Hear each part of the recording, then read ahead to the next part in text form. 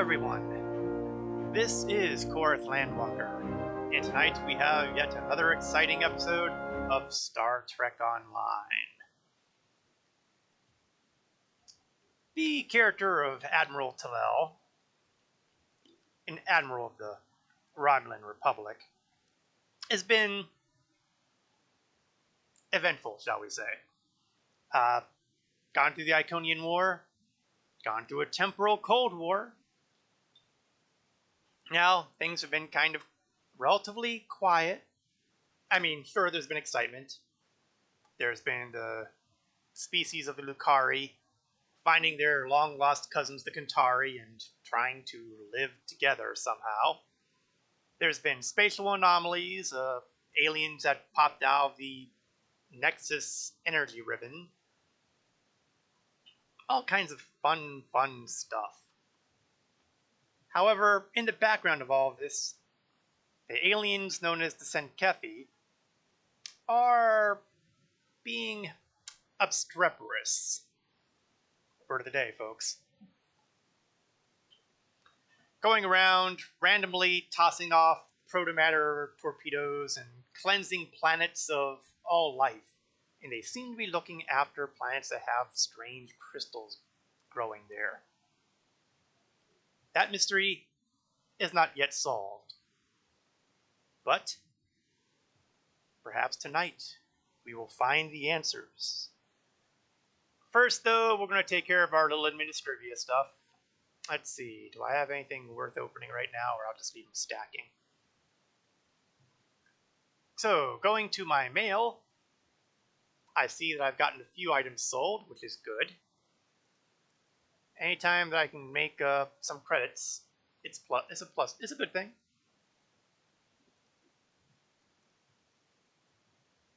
I mean, it's not much, but, you know, every little bit helps. Currently, I'm sitting on 6 million.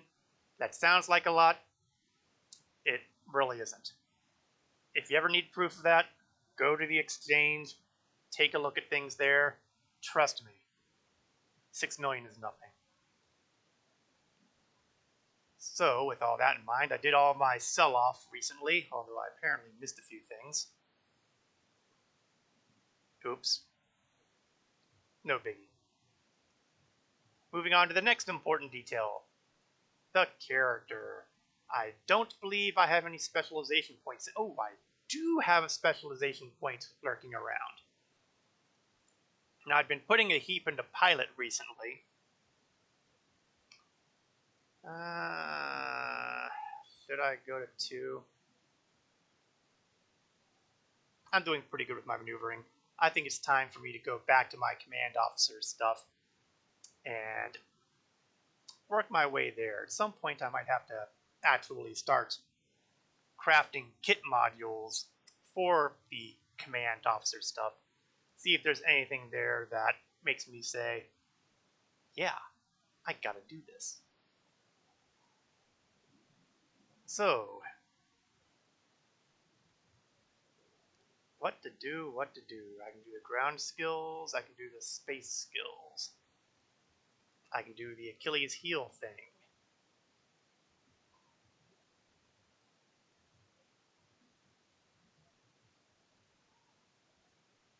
Expert defense.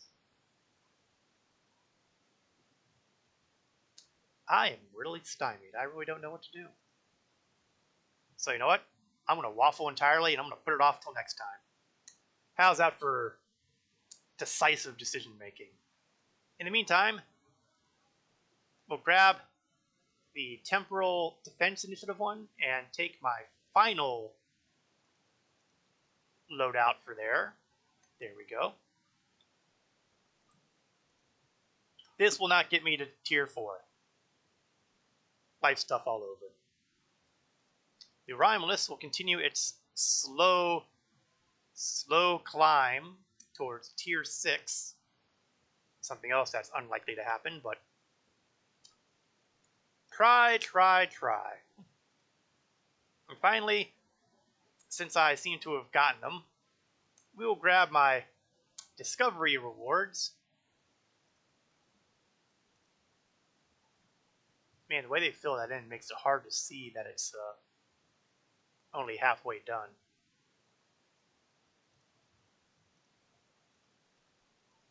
So we will hit it again, and that'll be it for the Discovery reputation, at least for now. Who knows what'll happen later on. But hey, at least I'll get Tier 1. Alright, let's take a look at things. We are at the back half of the New Frontier arc. In fact, we only have a few more missions here. So we are going to start out with Melting Pot.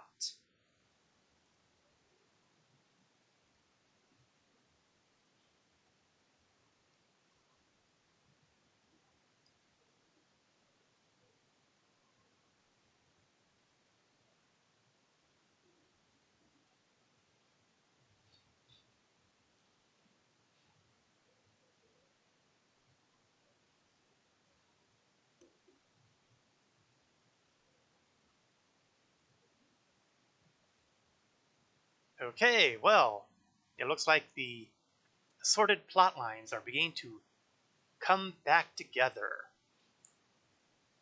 As our rewards, we have our usual trifecta of experience points, expertise, and dilithium ore. And we have an astonishing array of one of the following kind of things, including a warp core. Let's take a look to see what Agra is using for a warp core right now. It's using the Bajor Hyper Injection Warp Core. The warp core is going to have to be something really special to make me give up the Bajoran. Well, it might be pretty special because, you know, I love having more shield power.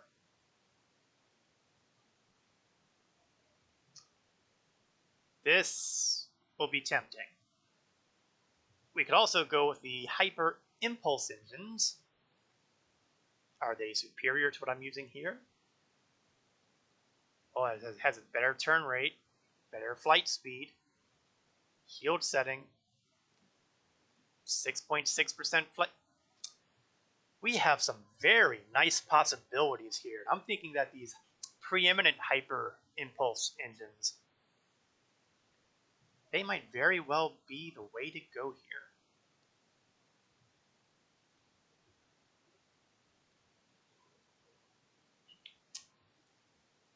I'm going to have to give this some thought. Well, let's take a look at the deflector array. Is there anything special about the array that makes me happy? Nah, I think that's going to do it. Shielding? No, don't think so.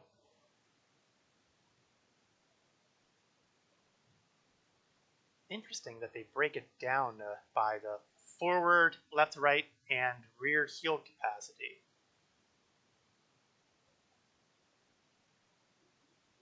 Interesting. Still not enough. And monotonium alloy, which I'm not likely to go with. Alright, let's accept this and head over to the Dranur system. Incidentally, as you might have noticed here, I've gotten my Tier 4 Starship Mastery unlock, and it's not unrealistic to hope for the possibility that I might unlock the sniper ability by the end of today. It could happen. So without further ado, let's go to the Dranur system, and we're just going to once again do the transwarp thing because I can think of no crueler thing to do to my viewers than to inflict sector travel to all the way out here. Dranur Prime. Previously unexplored, the Dranur system is now the site of a joint Kentari-Lucari colonial effort. The so-called Dranur anomaly presents a unique navigational hazard as it all but nullifies long-range sensors. Which was one of the reasons we had trouble finding them in the first place.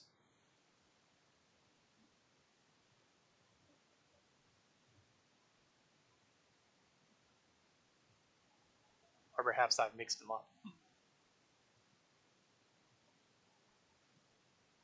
quite unusual, isn't it?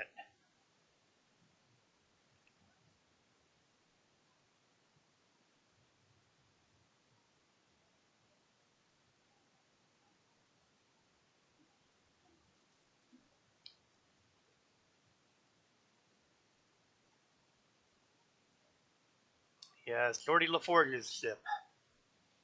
Sounds like things are going well.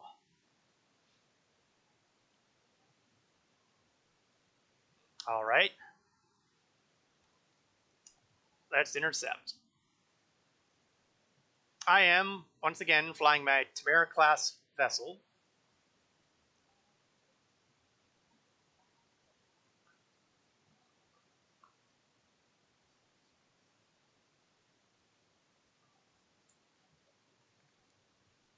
I feel like I ought to know what the Delta Triangle is, but I don't. I fail Star Trek.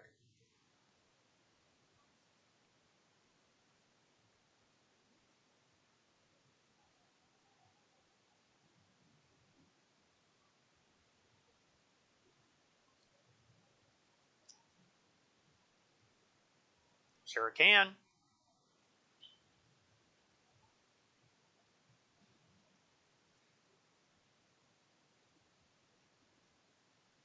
Oh, let's do a scan and see if the Romulan Republic scanners are equal to the Starfleet's and the Rukari. I mean, just because they're new in space, don't underestimate those guys. We're having trouble getting any readings from the lateral sensors, sir. The anomaly in this area is intense. We may need to get into close range to get more meaningful results. Alright, let's triangulate a position for the new scan.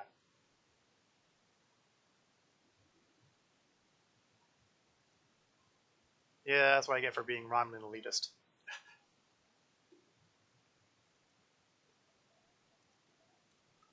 Yeah, going inside anomalies has never worked out badly for us before. Oh wait, I don't actually remember the last time I went into that anomaly. Oops, minigame. Luckily, it's a scan thing. I'm used to that one. It's nice and fast.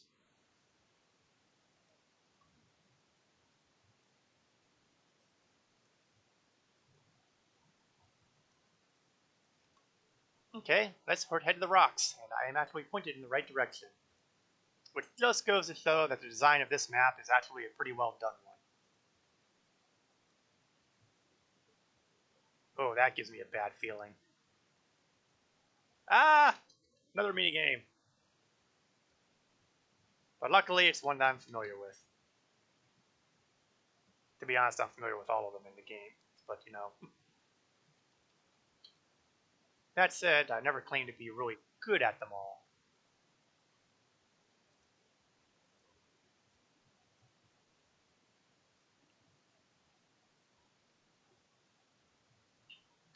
Oh, this is turning into a dead end.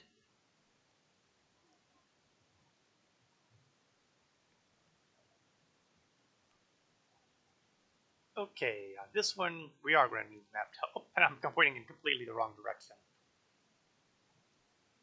There we are. Let's go to full impulse and check it out. Maybe it will have caught something.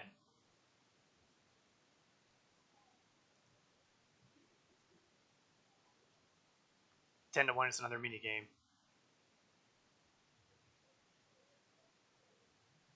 Oh, amazing, it's not.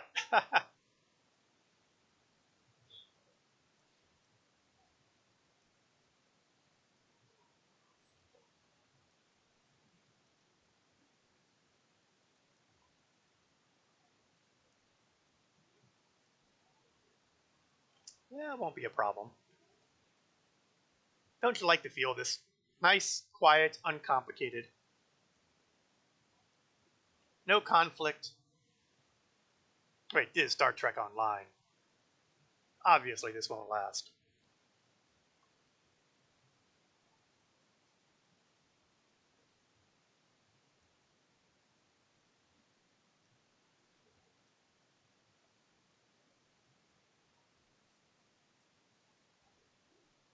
So let us go to the planet and check out this new colony they've put together.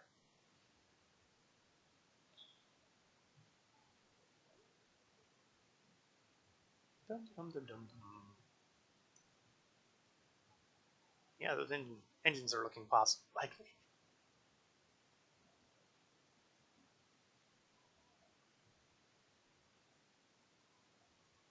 I doubt it'll rank up there with the speed and work they've done on, say, Molrihan, but sure. Okay, it looks like it's going to be a three-man landing team. So, right now it looks like I've got Varara Talon to be the muscle, and no! For my medical team. I never get tired of that.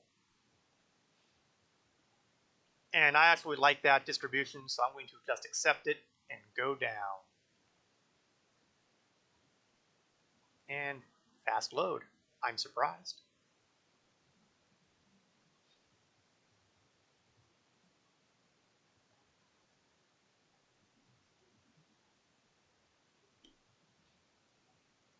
It's not bad.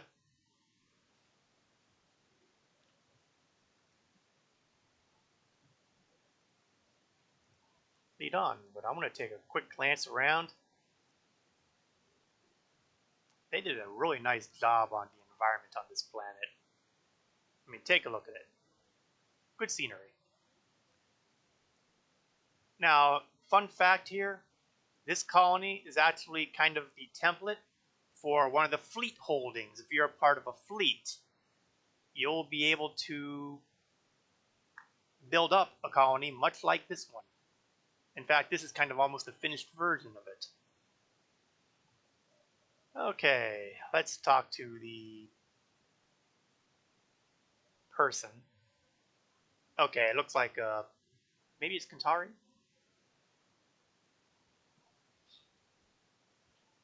Although it could be Lucari.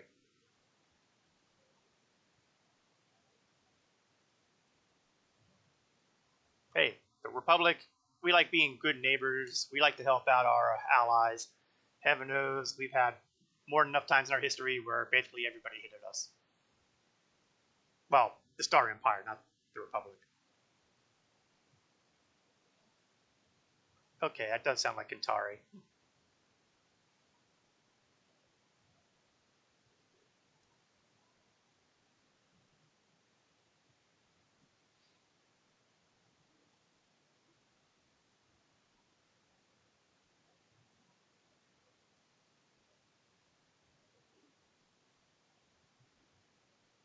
Sounds like an intriguing design choice. I look forward to seeing it in action, so to speak.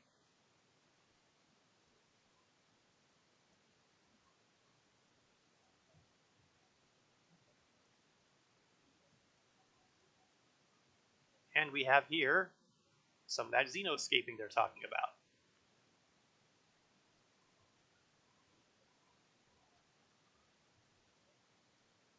Now, one of the things I remember on this mission is that sometimes the pathing here is pretty horrible for the AI.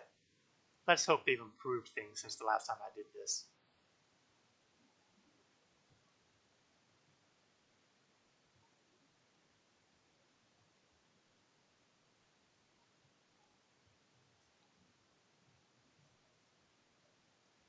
Oh, that's certainly effective. Don't have to worry about building a portable warp core or something.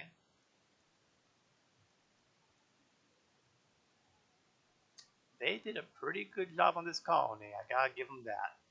And I'm talking about the graphics designers here, not the Kentari Lucari part, which is impressive all by itself, admittedly, but still.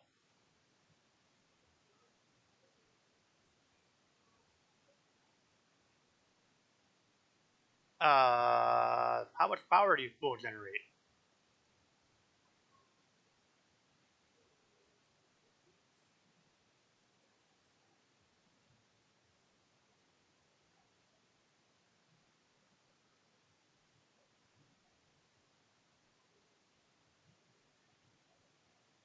Do I want to be nosy?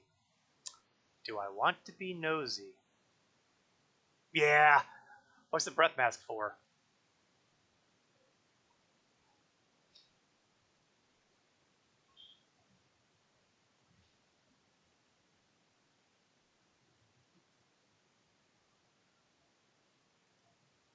Sounds good. That's called learning your lesson. Oh, Kamarki's staying put, but Jordy is actually walking, so some of that pathing issue I mentioned may be impacting here.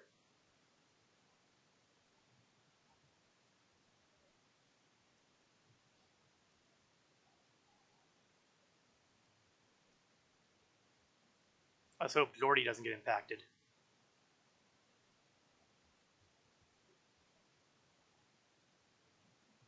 Sorry, I see an archway like that and I immediately think Iconian Gateway. This is what Iconian War is like.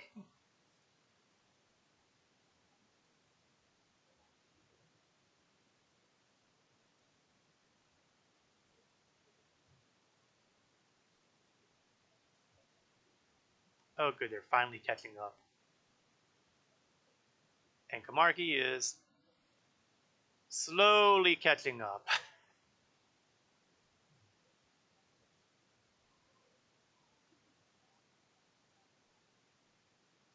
Now, personally, I think I prefer the guide paths that they've done in other missions as opposed to these arrows.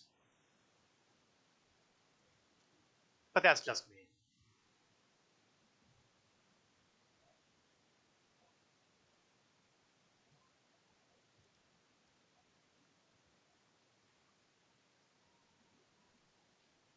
I have no idea what you mean by that. Enter the science lab.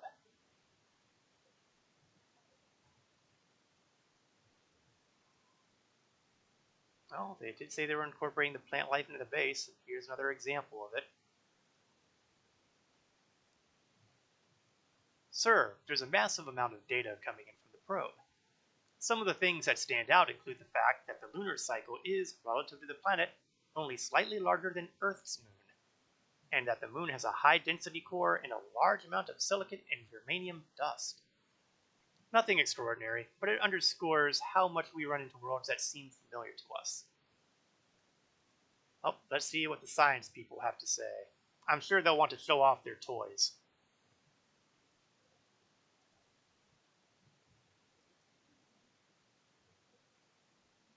Oh, certainly got stuff in here. Got all their plants up there. Hello, gentlemen.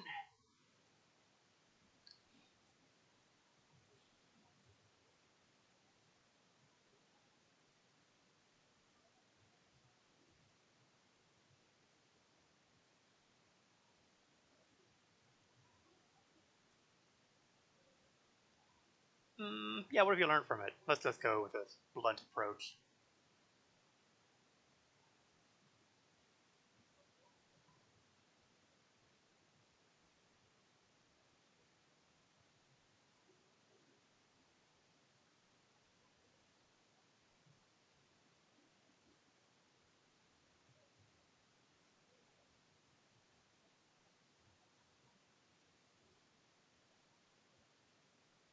Now, I don't want to say anything, but the guy's left cheek kind of looks like he's been beaten with it.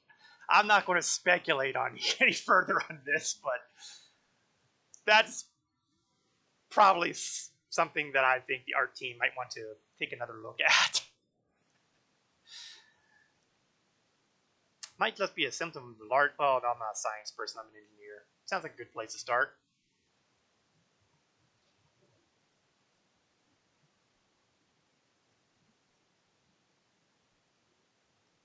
There's some in here too.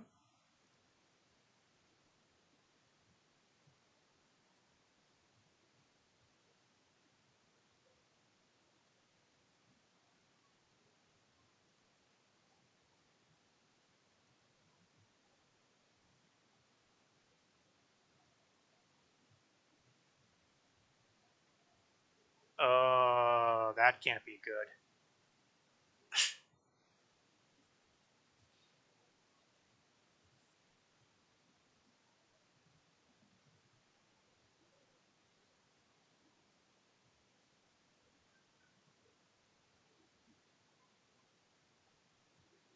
For crying out loud.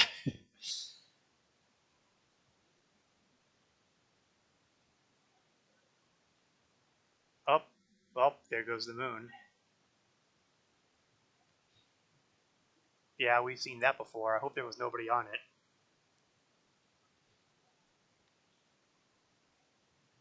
It's going to get worse.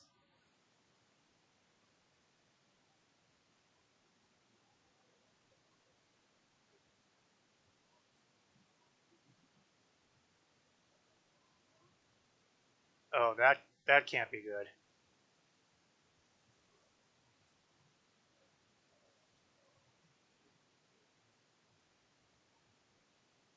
Yeah, that really can't be good. Tell me that.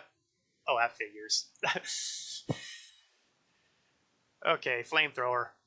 If you're going to deal with bugs, flamethrowers are the way to go.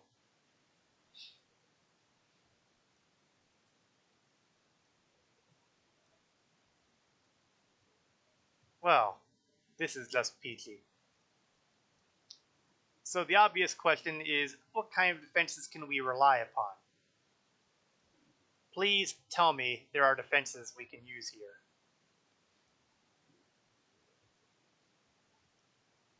Ah, how many of those crystals did you bring here?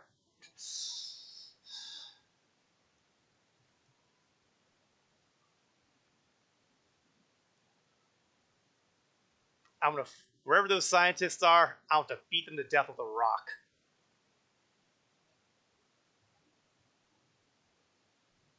Captain? Ah!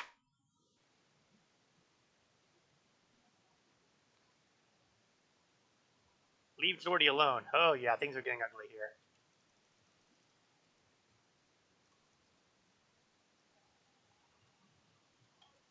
Okay, time to switch to regular weaponry here.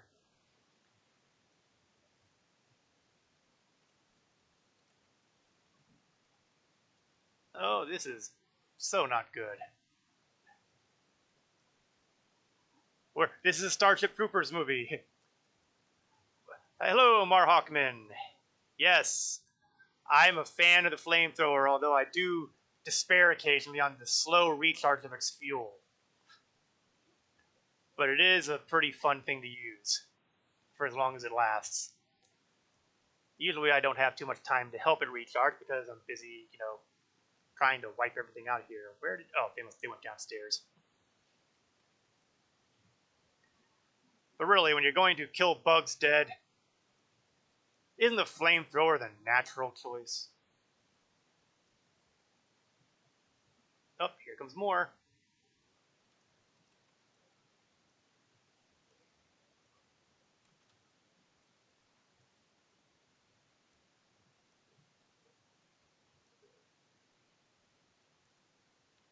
One thing I like about the single target use is that it doesn't use up as much of that fuel. Okay, time to swap down. Oh, not good. Slam that medical pet.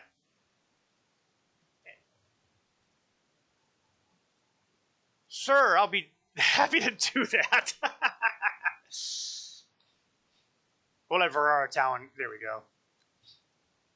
I'm thrilled. Now, where the heck did I go here?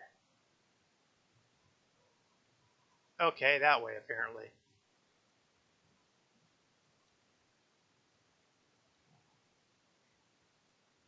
Is it up here? Or we go downstairs first? Oh, here is good.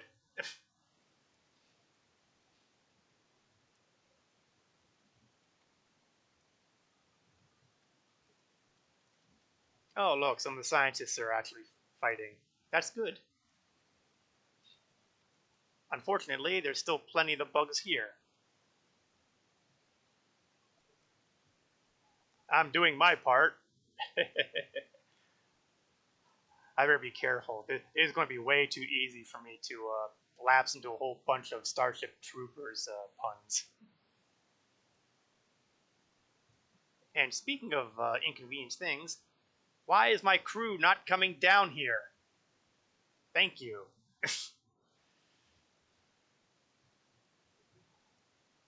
Okay, follow the magic arrows.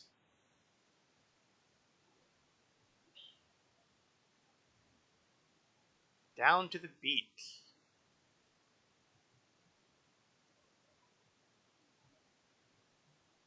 And there's more of the critters.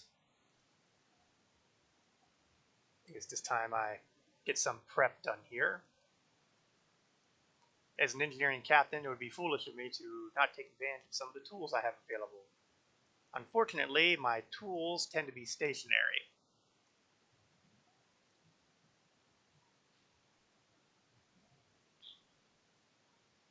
Oh, that's right. We have a Senkethi attack too, don't we?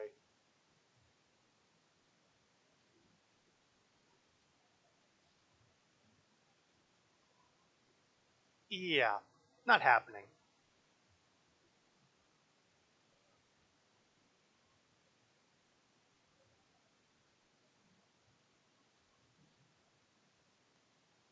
Tranzuli. Interesting. So they have a name.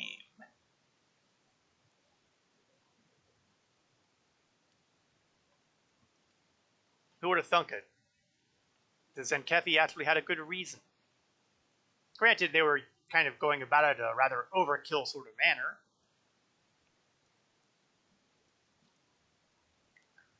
But there was certainly something. If only they would learn to, I don't know, communicate with people. As opposed to, going off on their own, wiping out planets and stuff like that.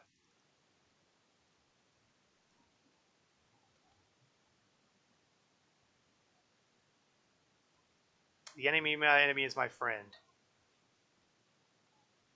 Yeah, it's a habit we softies have. Funny guy.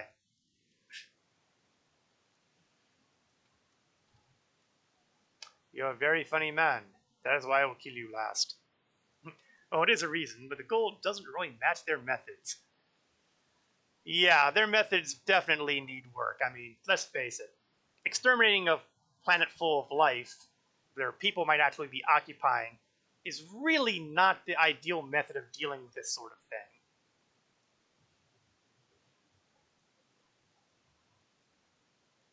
So, it's an extreme solution. Effective? Yes. But, collateral damage.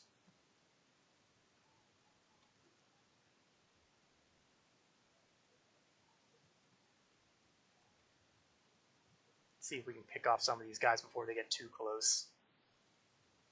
Exterminating people who might help you if you told them what your goal was. You bet. I mean, shooting first and asking questions later. Come on now, guys. Senkethi aren't exactly what you would call. I'm not sure if reasonable is the word I want to use here, but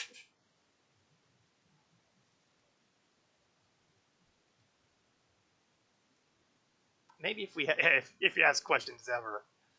Yeah, I've never seen too much in the way of Senkethi who are willing to converse. I think this is the closest we've come to it so far. Oh, clear loading area. The arrows are all back there. But all the bugs are up here. When in doubt, follow the bugs.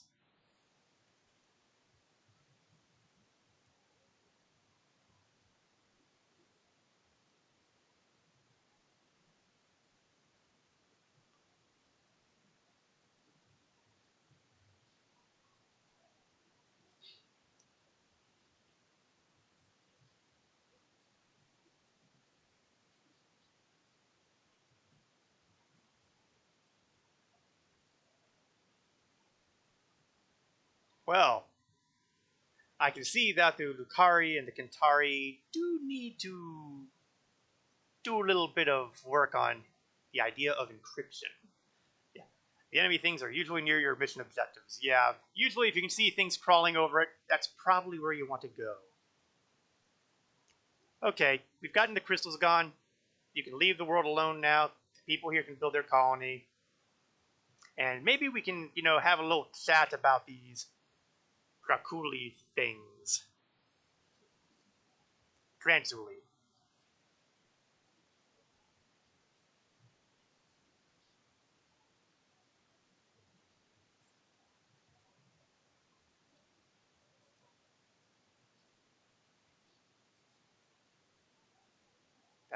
I've seen that philosophy before. Nuke them from orbit. It's the only way to be sure. We'll keep that in mind. We'll have a little chat with certain scientists who freaking brought the crystals here in the first place. Ahem. Sankethi's ships are moving into attack position, Admiral. We need you on the bridge as soon as you're able. Well, it never rains but it pours, right?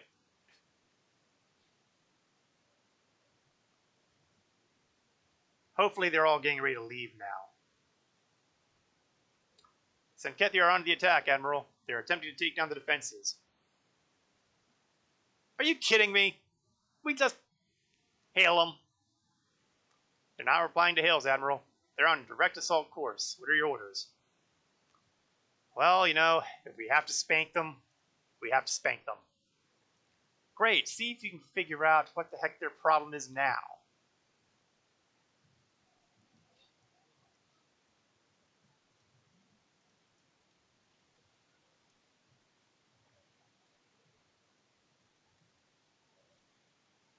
Oh, that's what we needed. Unreasonable command authority. That's going to be a problem. General Ripper's out there in command.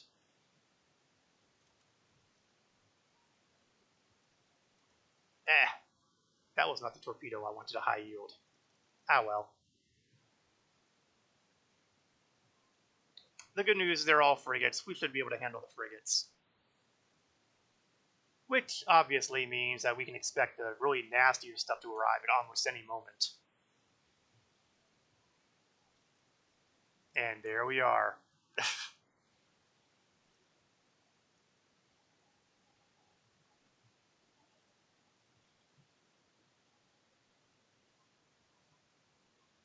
Oh, it's another frigate. Oh, another group of frigates.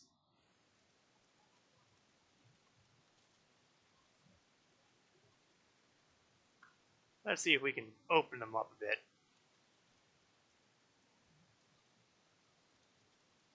Well, looks like somebody's communications finally went down.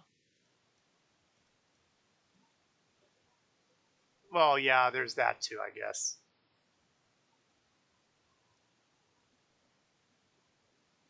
Well, in that case, why don't we try to alpha strike them? Let's take advantage of my battle cloak. Reposition a little bit. Heat up the big guns.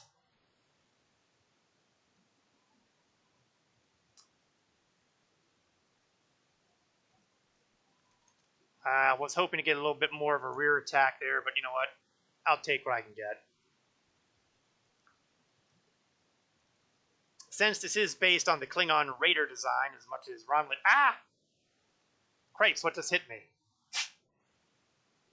Advanced Diffusive Tetrion Torpedo Salvo 2. That's a lot of damage.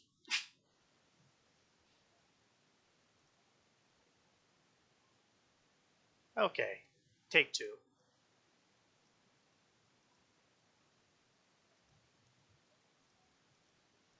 I would kick in reinforcements at this point, but I'm a little uncertain as to how long this battle is going to last. I might need them later.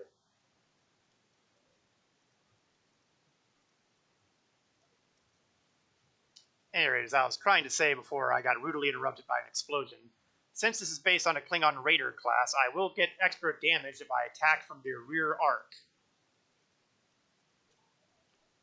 Yeah, and Sankethi, you gotta keep moving while you fight them, or they do that. Yeah, it's one of the little occupational hazards.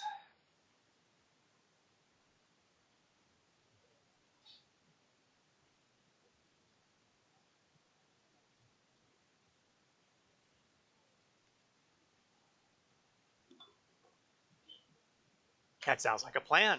What have you got to say?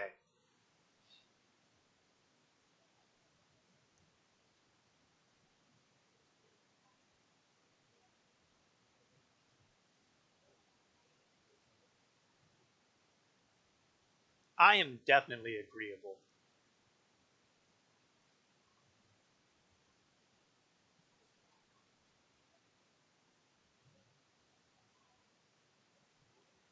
Now see how the big orange circle popped up. That's the barrage target. Barrages. And I thought the Vodwar were as bad as it could get with that sort of thing. That'll teach me. Understood, Captain Nefpar.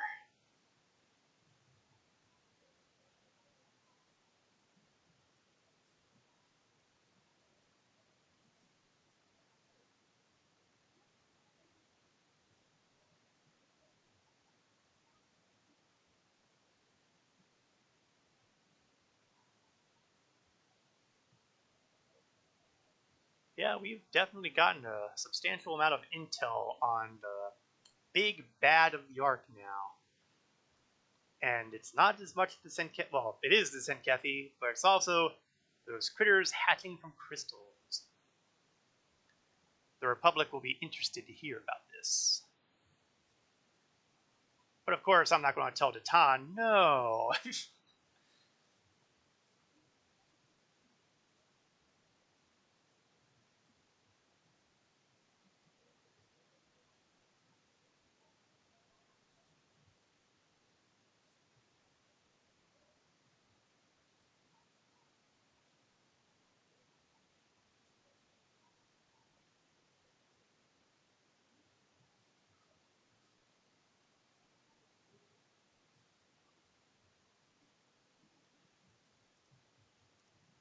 I really feel like Datan should be the one telling me this, since he was the one who sent me over, but eh.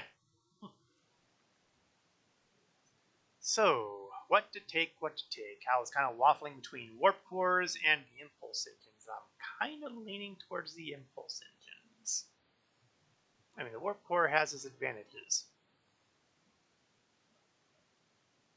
It has a number of advantages.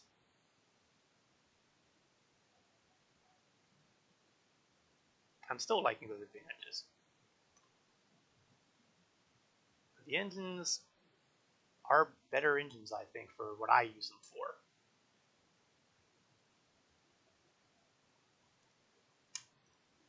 Engines it is. So let's go and replace the engines right now before my short-term memory becomes involved.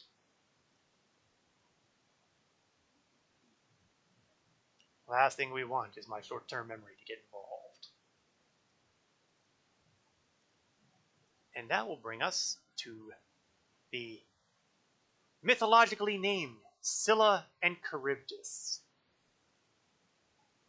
For those who are unfamiliar with Greek mythology, the hero Odysseus, during his very long voyage home from the Trojan War, was required to take a rather dangerous course, where on one side you had this monstrous creature named Scylla, and if you drifted your boat too close to Scylla, she would use her many wolf head or hound or whatever they were, jackals, I can't remember what exactly the animal heads were, but they would basically eat anybody who happened to be in range. But if you went too far to the other side, you had to deal with Charybdis, which tended to basically suck down huge amounts of water into a whirlpool-like effect until it had engorged itself, at which point it would spit all the water back out in a massive water spout. The only safe course was to go perfectly between them. It didn't work out very well for Odysseus, so let's hope we do better.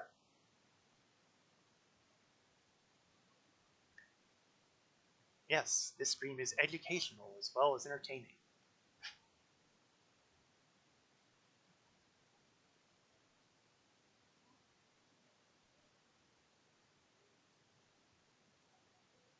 One day there will be a consistent volume with communications.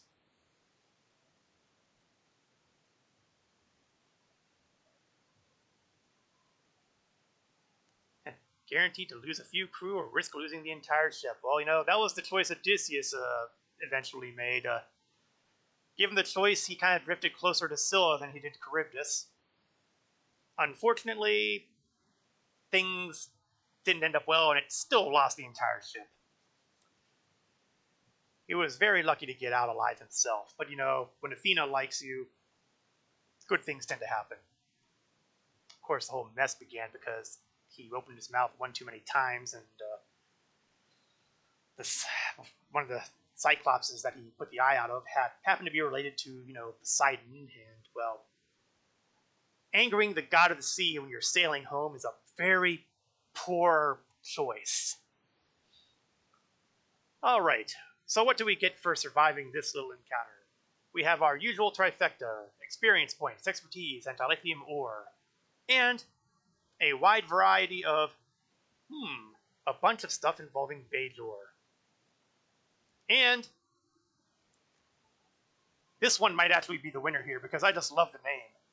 The Butcher's Mechlith. I'm sorry, with something named like that, I gotta look twice. But let me look at the shielding. Is the shielding better? Let me bring up my status again. Is that shielding better when I'm using now? It is.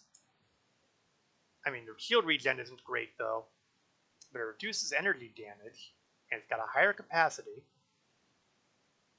and it does plasma damage.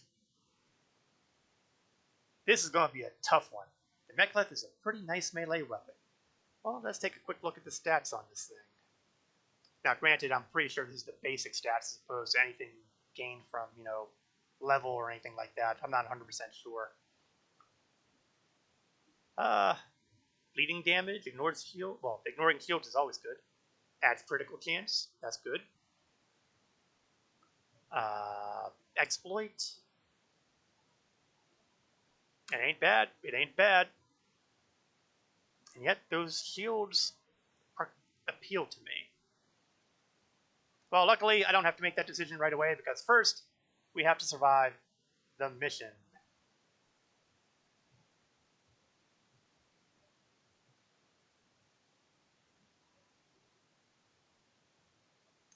Still not quite to Mastery 5 yet.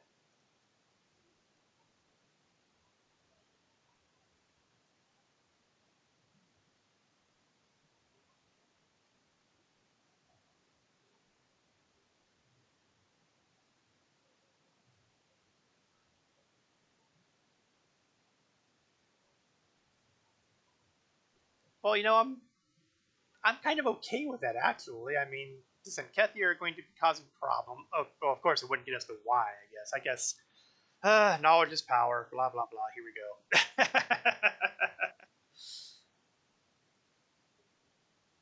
It would be so much easier to let the Klingons just deal with it,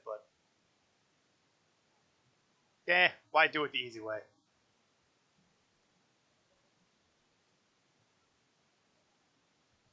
But it's General Martok.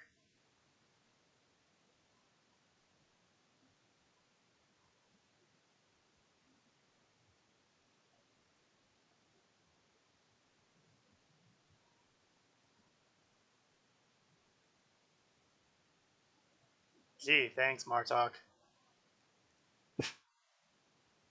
I'm a little outnumbered. Okay, well, that made life a lot easier. Dealing with a dozen of them at once, with some of them being heavier ships, not so good. A few frigates? I can get a few frigates. Gotta ask myself, is the easy way best? As Star Trek has shown many times, the answer, whoa, that's a protomatter torpedo. We don't want that getting through.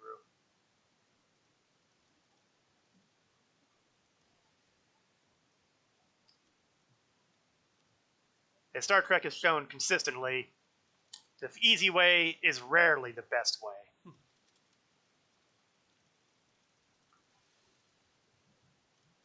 Still, it's a wonderful dream to have occasionally.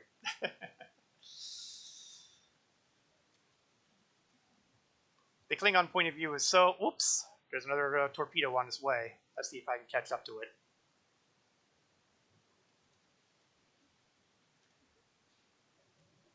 I'm not entirely sure what would happen if I let one get through, but I'd prefer not to find out. Oh, no you don't.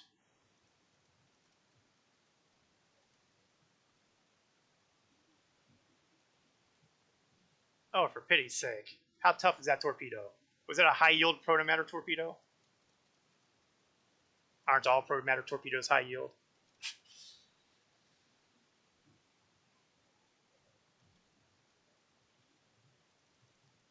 Okay, let's roll the shields again. Whoa! Stop shooting those things. Well, the fun thing, though, is I'm getting flanking damage on those, so that much is right with the world.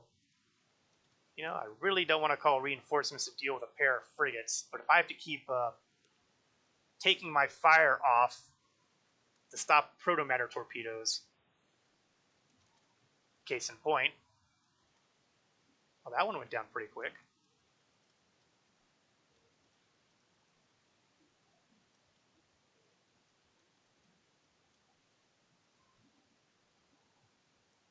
Losing track of where all my targets are.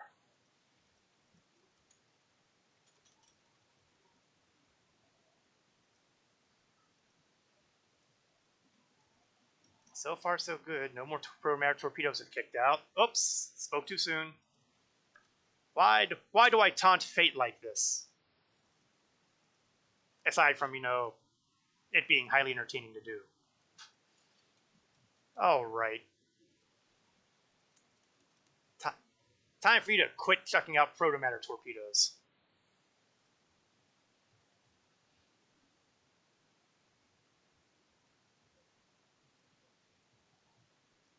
One of these days, I gotta do this mission to see what happens if the protomatter torpedo just goes all the way through.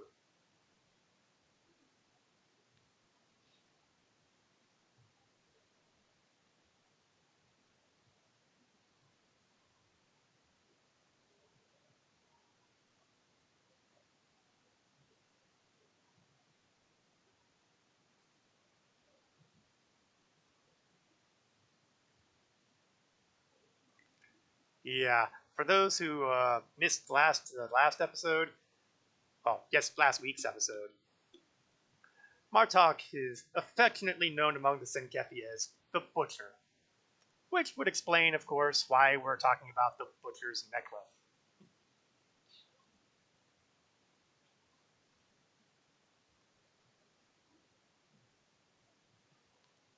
At the moment, however, I suspect my nickname is Idiot.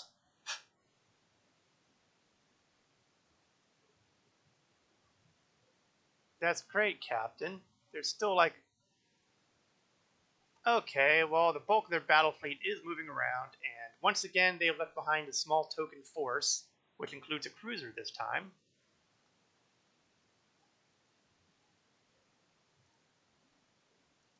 And there's their torpedo. Oh, come on. Two of them now?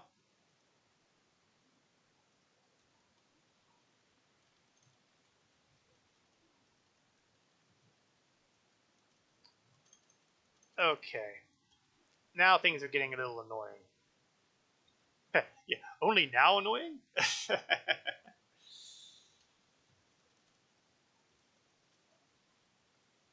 Oh, thank heavens. Yes, Kamarki, deal with those protomatter torpedoes. This will go a lot easier if I'm not having to keep an eye out for those at the same time. Just don't miss.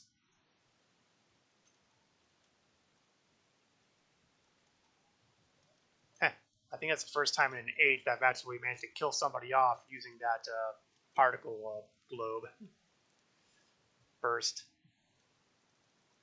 Let's see. Shields.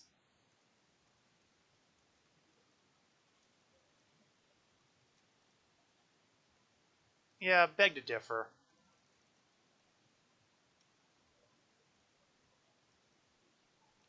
Why don't we get rid of the other frigate first? If I get rid of him, at least I won't have to worry about one ship shooting at me.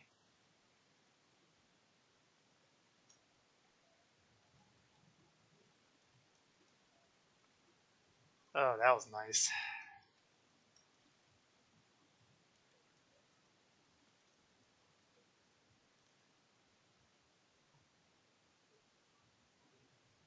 Oh, there you are. Shields are a mess, so it shouldn't be long. There we go. And that leaves the crew. cruiser. There we are.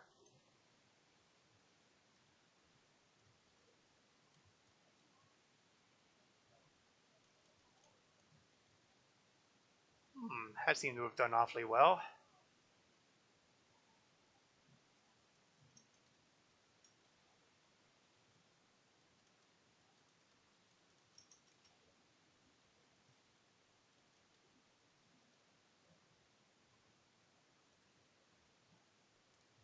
That said, I don't seem to be doing nearly as much damage to him as I would like to be doing.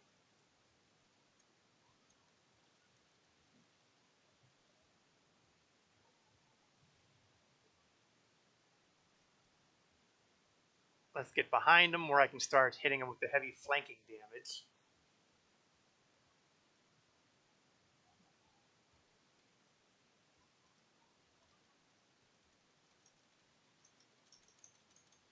I mean, let's play to my strengths, right?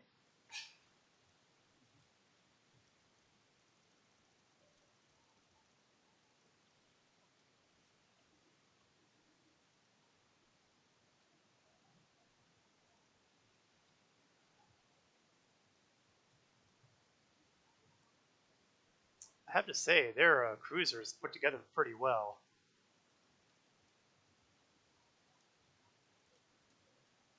It's taking the hits, and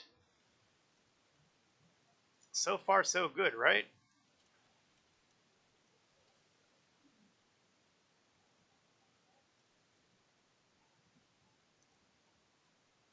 This is just another reason why I want that Sergeant Master Wheel to unlock, so I can get those extra damage at long range.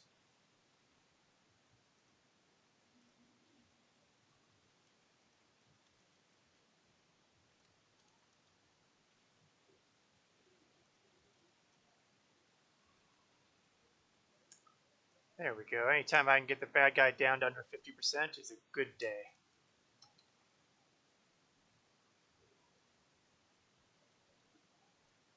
I'm sure Kamarki is wondering, what the heck is taking him so long? We've only got zillions of torpedoes heading to this planet here.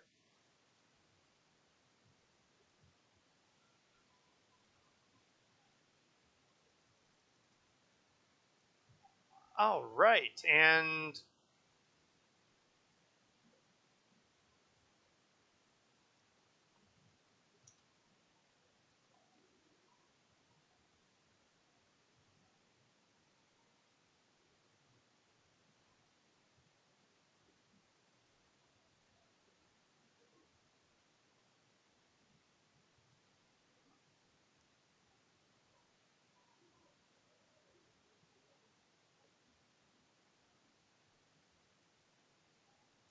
I find it interesting that he's talking about Kern, which means Kern's memories have undoubtedly been restored since our last encounter with him,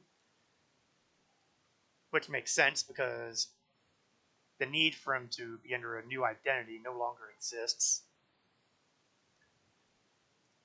The chase continues.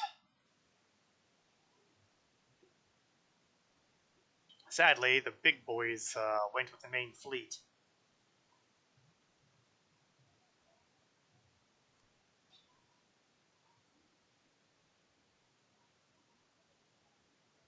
Go under cloak, please. Same thing. 2 frigates and a cruiser.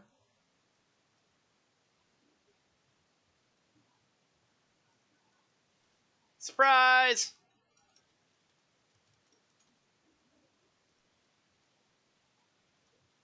Oh, let's not lose our shields quite yet, right?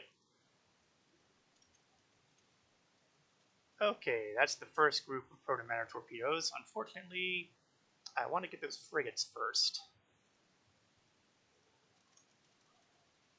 Ah, Kamarki followed. Excellent. Oh, that was painful. Not as painful as that was, but painful.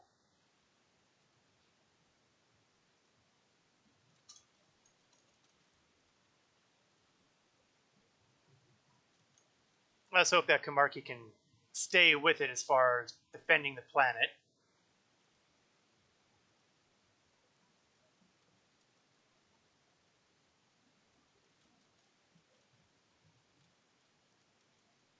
take advantage of that miraculous repair.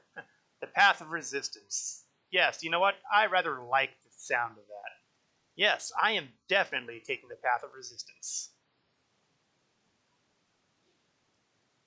Now let me just get myself into a proper attack position.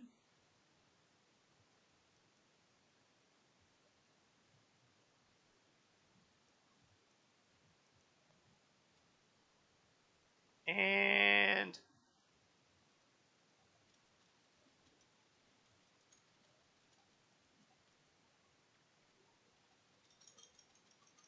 oh, that was a good start. It helps that the cruiser there is focusing so much on the planet that it's not bothering to turn around to try to take me out. And this is a mistake.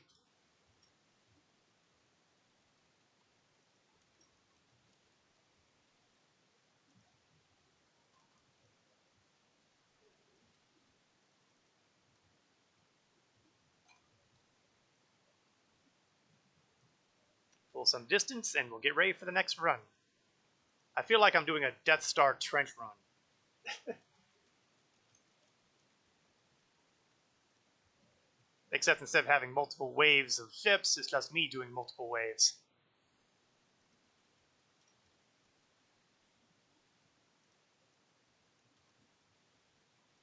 Oops, damage, damage, fixed damage.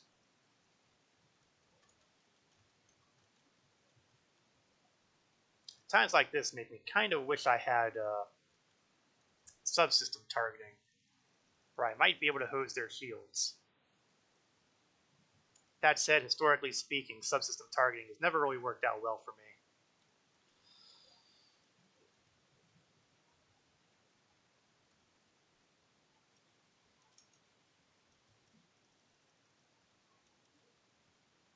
And even with the flanking damage I'm getting here, he is proving to be a pretty tough nut to crack.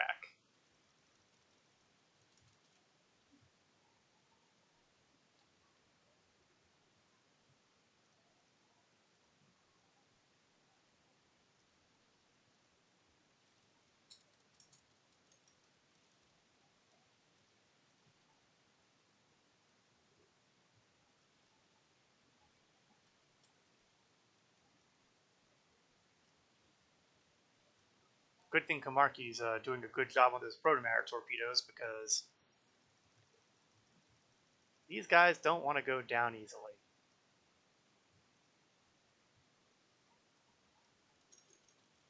Come on, get that shield down, get that shield down.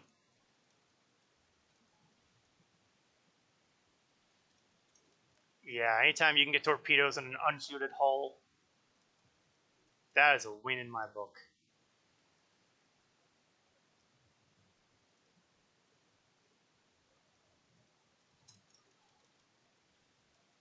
Let's keep it up.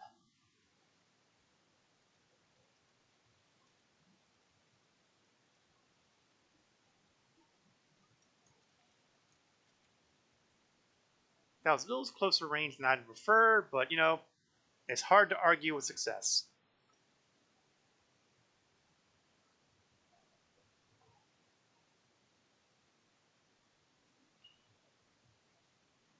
Oh, that's not good.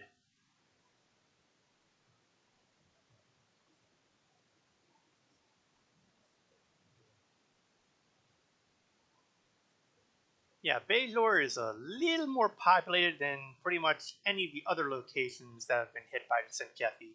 Not to mention that, you know, it is a Federation world, so bad things are on the way.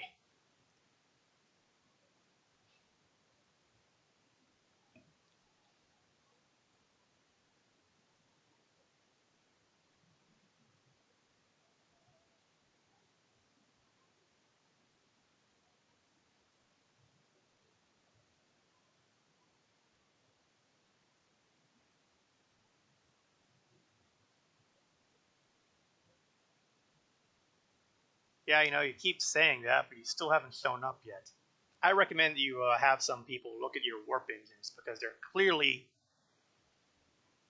poorly constructed.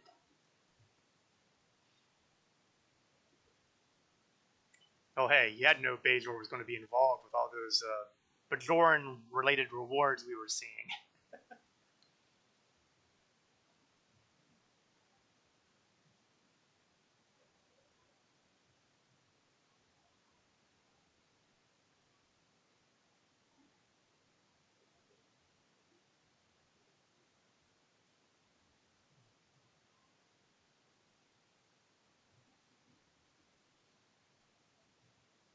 Now, this isn't the first time that Deep Space Nine has had to be physically moved.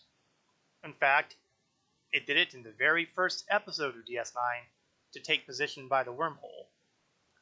To move back to this position kind of gives you an idea of how much a potential problem they're seeing this attack from the Zenkethi.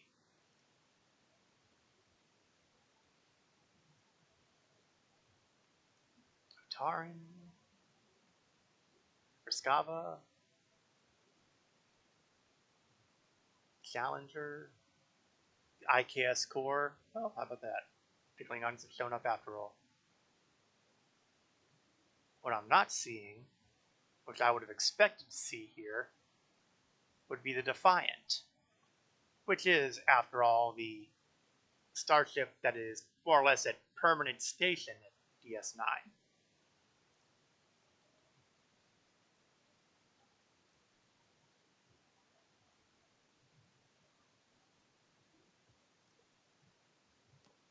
So at this point, it's going to be nothing but violence.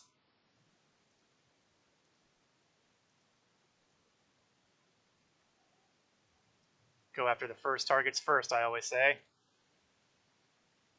And let's bring some more Romulans in. Yes, by all means. Oh, that's not good.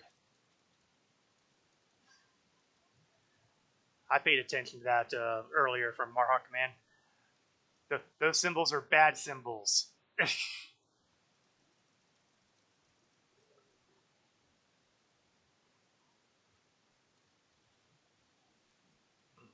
Balancing Kethi fleet. That's a pretty straightforward objective, isn't it?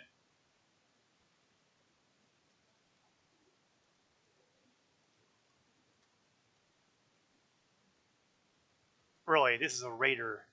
It's not exactly great for head-to-head combat.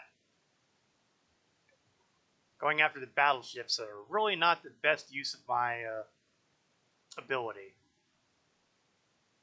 Oh, shield repair units, on the other hand, those I can get.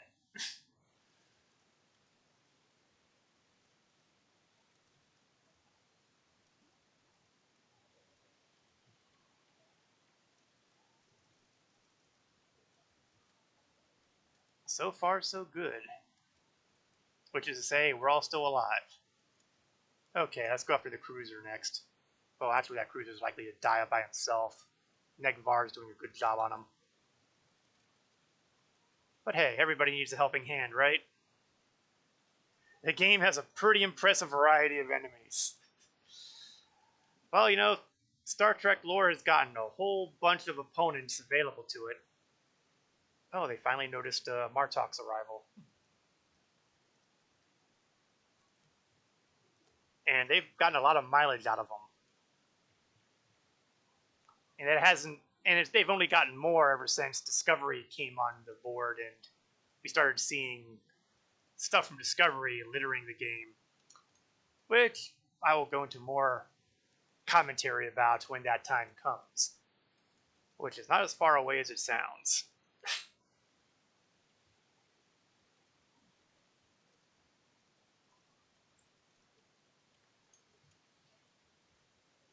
But just in Star Trek Online, we've dealt with the traditional baddies of, well, baddies probably is the wrong term, opponents of Romulans, Alachi, Klingons, Cardassians, Mirror Universe, Iconians, Ferengi, the Zenkethi now. Up. Sorry about that. I have no idea what you were getting ready to tell me because I was zapping through my list here. What do we got here? Do we got anything that's useful here? Alliance forces, Commander Sarich on DS9. That assault hit us pretty hard. We might not make it through another Another without some critical repairs. I need some assistance in engineering. Want the station ready to face the next wave of Senkethi when they arrive. If you have the hands to spare, we can use them. Okay, thank heavens for the NPC. Oh yeah, the double Ds. Yeah, those are those are terrifying. I mean, they're terrifying now, but they were even more terrifying back in the early days of the game. Those triple plasmas after you've been tractor beamed. Ugh, instant death. They got toned down for the early missions, but still. In later missions, they are back to being as terrifyingly frightening as they were in the early days.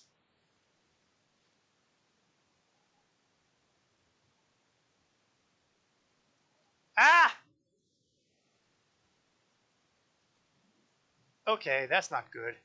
They brought their own freaking starbase.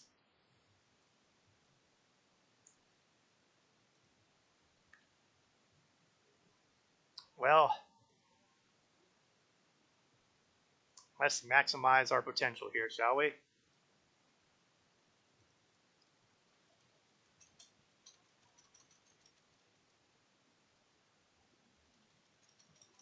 Okay, it didn't maximize nearly as much as I was hoping, but you know. Got that one frigate erased. And, there we are. I knew there was another one out there. Oh, he's got me in a tractor beam. Now that's cheeky. Whoop.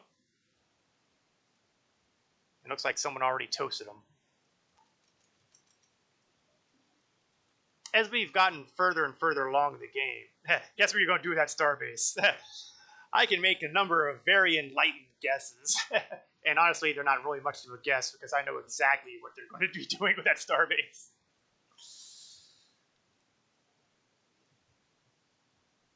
Disable this battle station. Well, okay.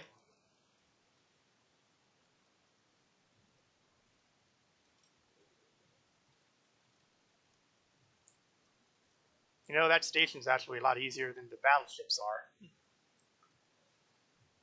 Large fleet battles have been pretty impressive in Star Trek Online, especially as the game's life has continued on.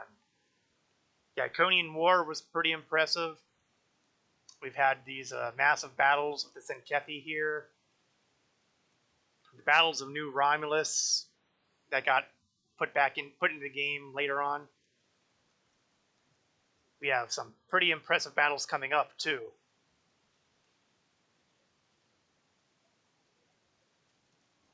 It's had its pluses and minuses, but on the whole, I like it. It reminds you that you're not dealing with everything all by yourself.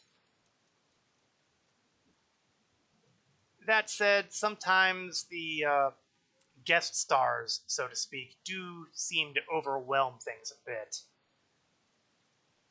I'm a firm believer that in these games, the players should be the stars.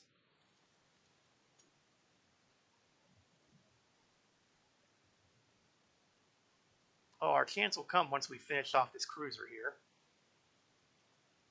There we go.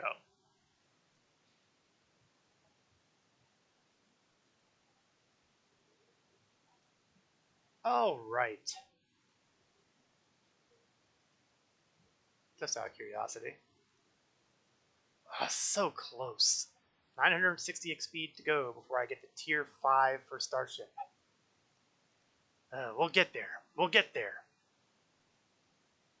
All right. Time for the rest of my crew. We've already seen a couple of them. Varsal, Shayla, Varara Talon, and... No! I will never get tired of doing that. It's almost as if I chose the name for a reason.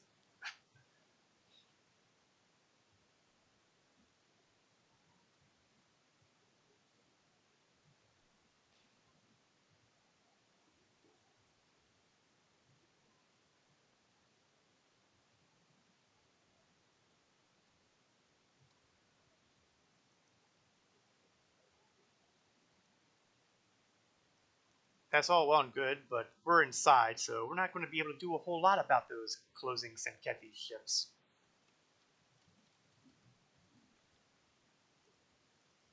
I think they've noticed us here. Oops, move, move, move.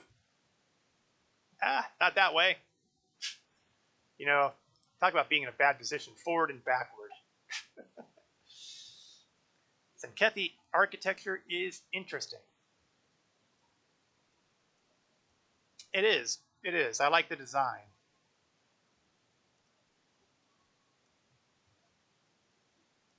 I think half the reason we don't see more new alien races is because they don't want to worry about doing whole brand new designs for their interiors.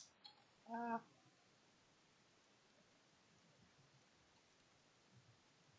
but this was well worth it.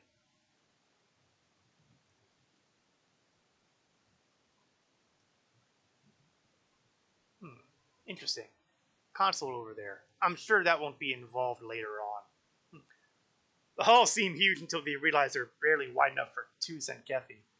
Yeah, one of the big complaints in Star Trek Online for Starship interiors was that there was always bridges and all that were so huge, especially those early ones. The interior hallways, again, vast, wide. But when you consider the Sankethi, on the other hand, they actually make it work.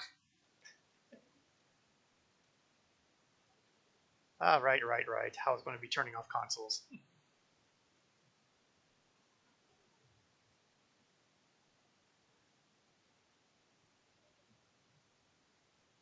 And you would be. Oh, the captain. Nuts. I thought we killed him off last time when we rescued Martok. I guess I was mistaken. Let's pop the buff box.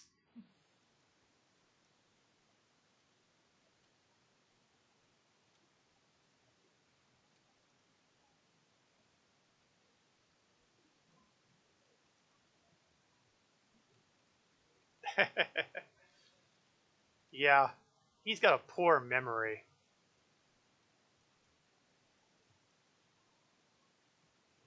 Yeah, yeah, yeah. Well, he ain't coming back from that one. He might have a little trouble recovering from vaporization.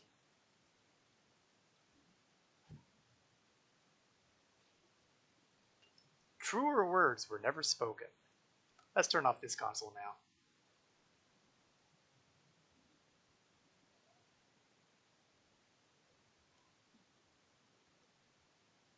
Oh, good, because,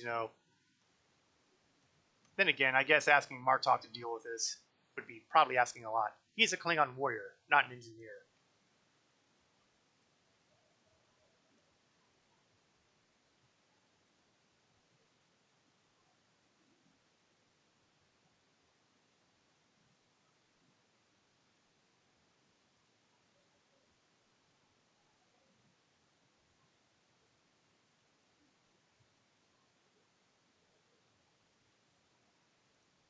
Sounds like a plan. That must be why he's a general.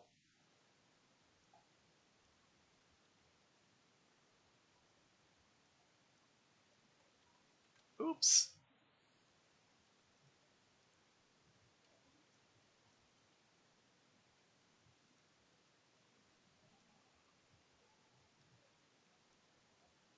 Senkethia are bloody big.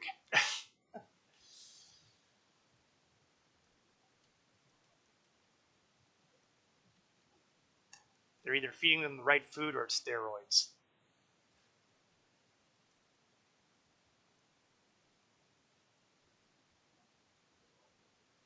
I don't know if I would have made that command filter.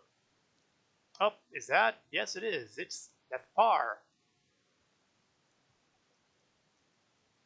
Yeah, I was trying to get control of my character again. Alert the Alliance about the attack in Bajor. Fight by my side now. Admiral must be stopped. Walk along the same path along with the Butcher of Senketh 3. Unusual alliances. Okay, we better go and help out before Neth gets blown away. Neth gets blown away.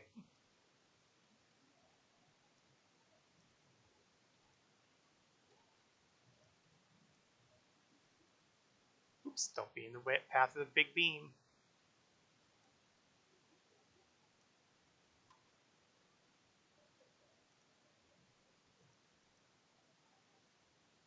Oops, move me out.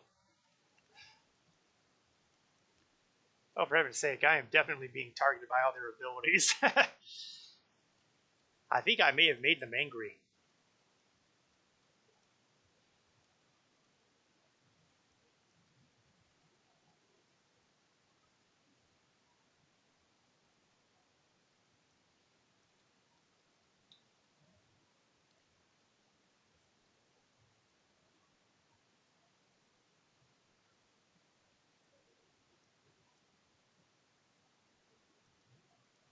Oh, this must be the bridge.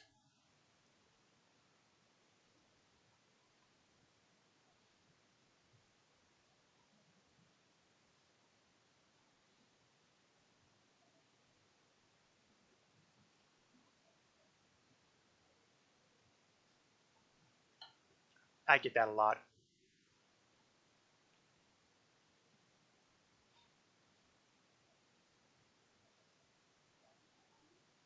You know, if you'd actually bothered talking instead of going on words of extermination, this would probably have had a very different ending.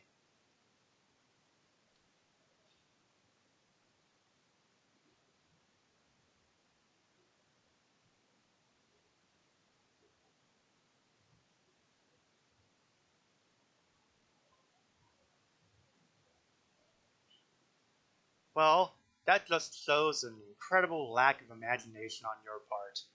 Plus, you didn't bother mentioning the Republic. I'm a little offended by that. Okay, now you're mentioning us.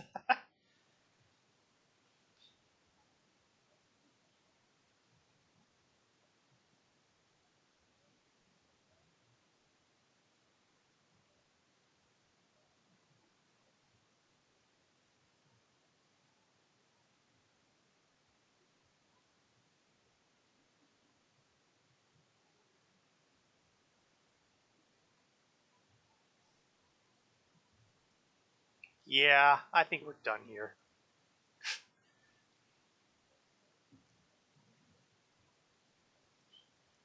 I'm going to focus on the people who aren't named Warlord, Admiral, whatever. Because then, once these guys are done, we don't have to worry about fighting multiple opponents, one of which is undoubtedly going to be a serious pain in the tuchus.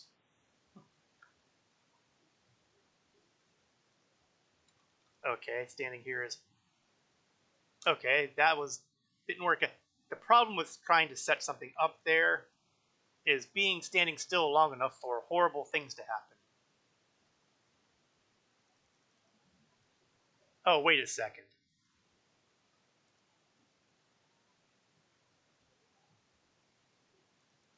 Why are all my bridge officers 75 kilometers?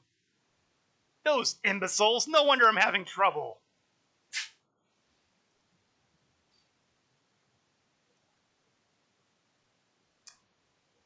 People, we are going to have a serious chat in the near future. You are supposed to be following me.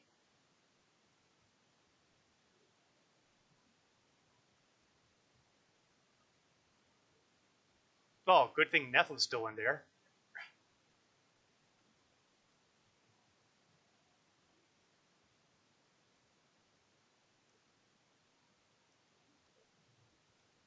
Whine, whine, whine. Tell your fleet to stand down now.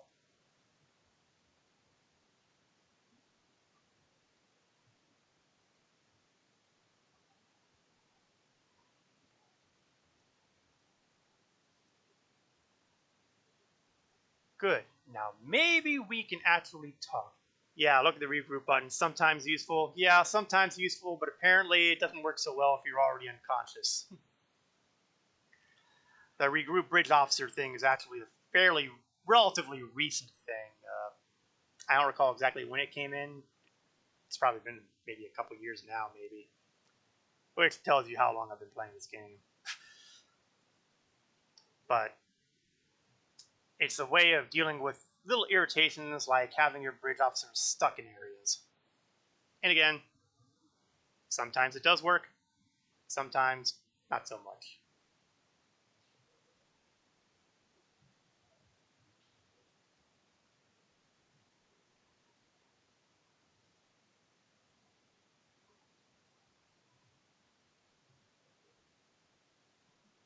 Can this guy be any more petty?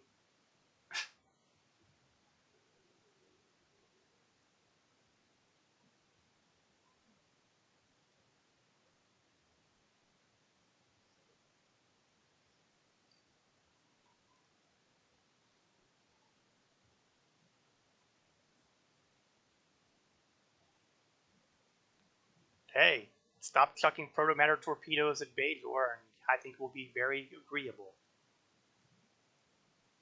Security.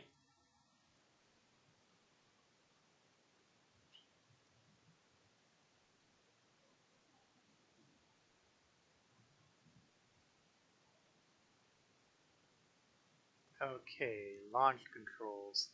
Launch controls. Excuse me, you're kneeling in my spot.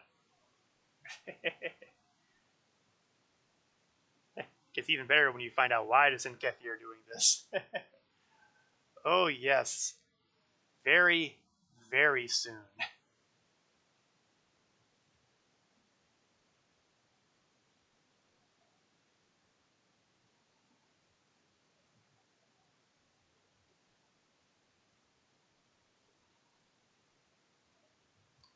Let's not go so much on the dying part. As O'Brien would say, I very much intend to live.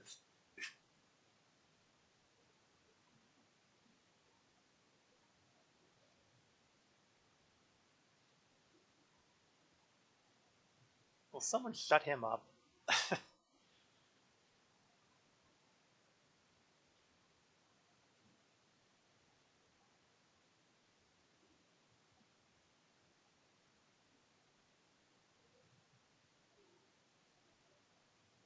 Such a peaceful vista. Or is it?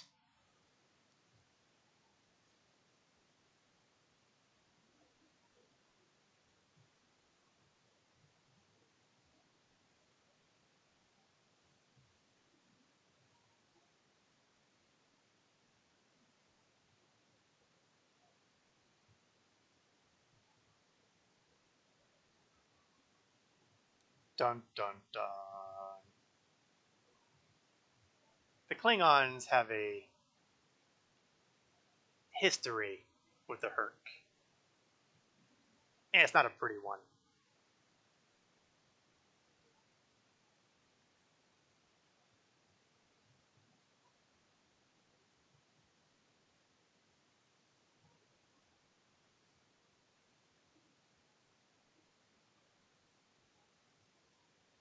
Let's get some extra exposition, shall we?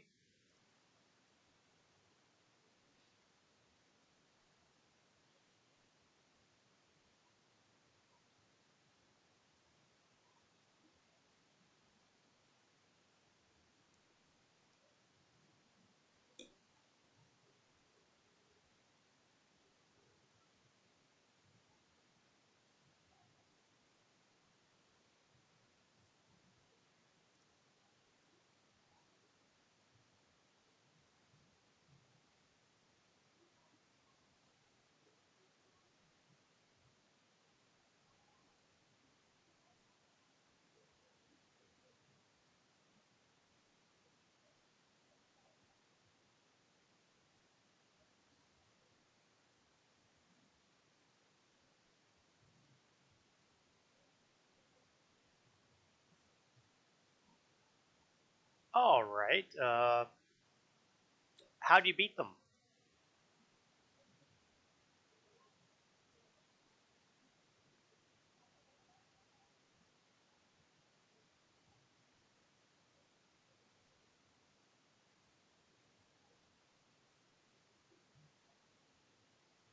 Well, I guess that's pretty straightforward enough. Battle stations.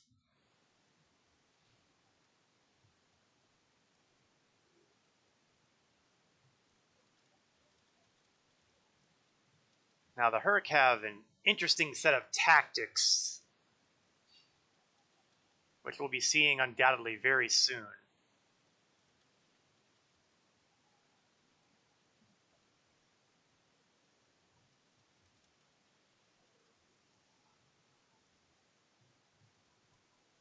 Oh, that's always something you like to hear.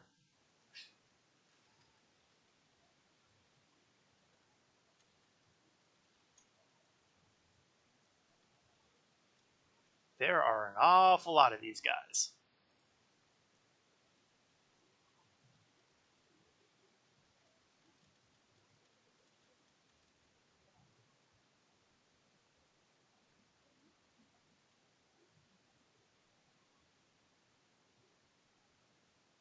Oh, good. Just what we want to hear.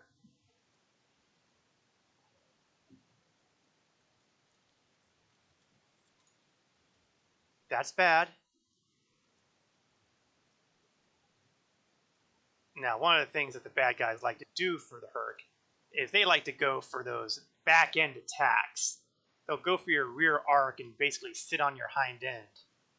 Do as much damage as they can to that single arc. Which probably explains some of the shielding that I noticed from the last episode's rewards, which had a really strong rear shielding arc. They probably were planning ahead for this. Well, they're not so hard to hit. It's just that there's an awful lot of them.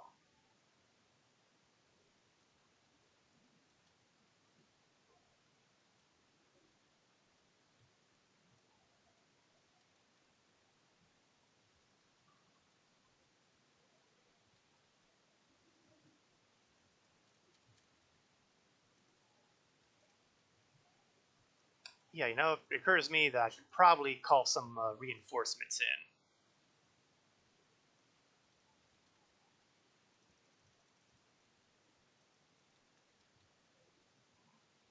It's always wonderful hearing all these people talking about their ships exploding. Oh, someone's actually supposedly hailing me. I'd probably get the hail if I weren't, in the middle of shooting people. Ugh, DS9 looks a mess.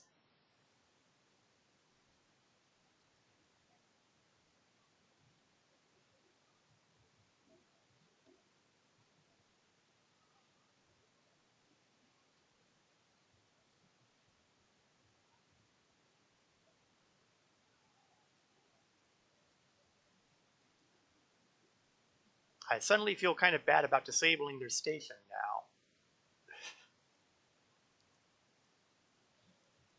Well, you deal with the enemy in front of you.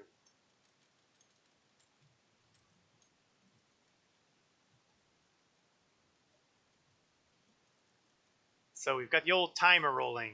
1 minute and 10 seconds. Oh, the Lisette's shown up. Excellent. The flagships are beginning to make their appearance.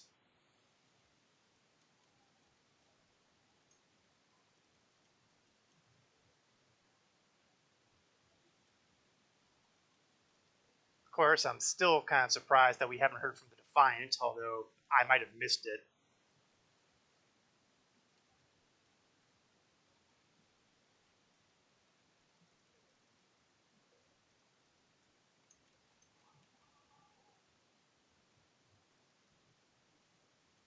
Okay, I need to get some distance here so I can turn around and start popping people with the cluster torpedoes.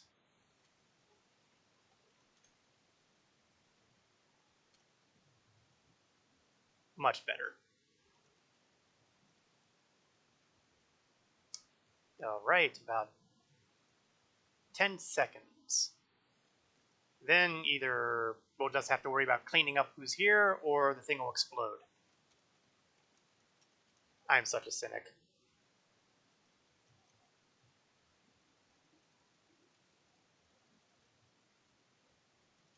I'm not entirely sorry.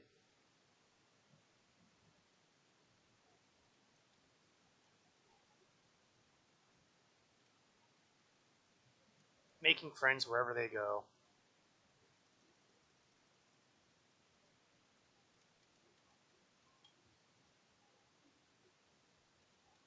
Okay, they're definitely getting a little too hard in my back arc. Let's drop aggro a bit. Oh.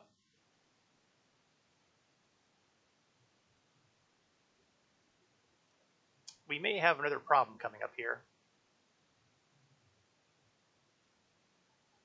Really? Really? on top of everything else.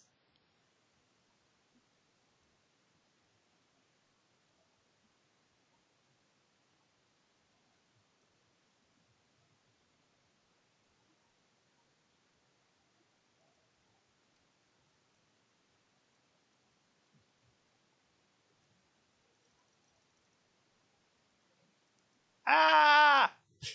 Complicates matters is such a mild term.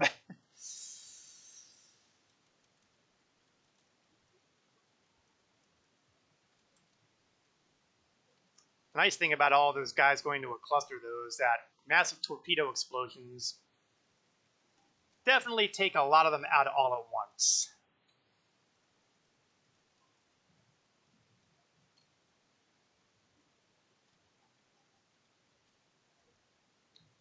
Let's see if they can follow a cloaked ship.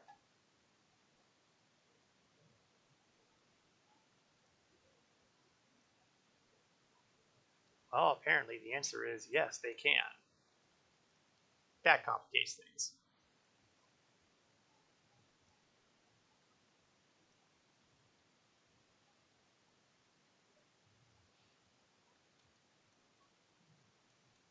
Oh, I can't tell.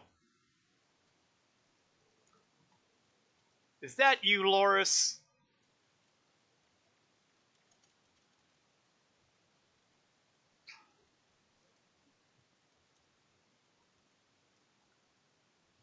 I mean, I'm not going to look a gift horse in the mouth or anything like that, but still. The last time she was over at DS9, we had problems.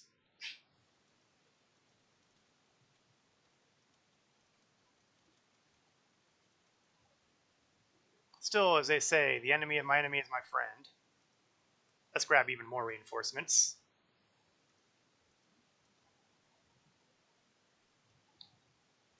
It's nice that once you get to a certain point in this game, you have so many reinforcement options that it's crazy. Oh, what are you doing there? Go away. Hurry up and explode. Thank you.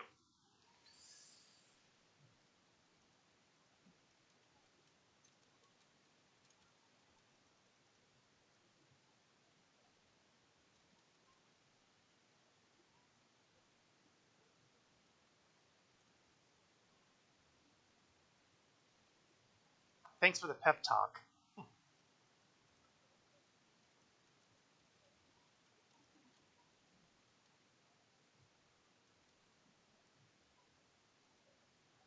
Let's see. Oh, okay, we've got 34 Herc ships destroyed. Apparently we've got a count here.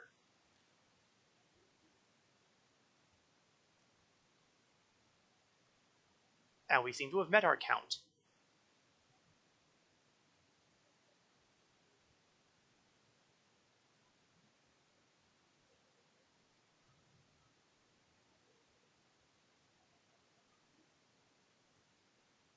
That's one way to put it.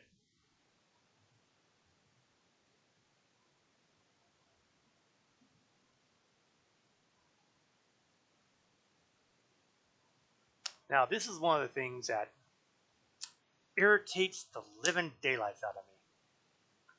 For most people playing the episode chain, they would have no idea who the hell Loris is. Because they took that arc out of the main episode chain and stuffed it up over to the side where you have to go to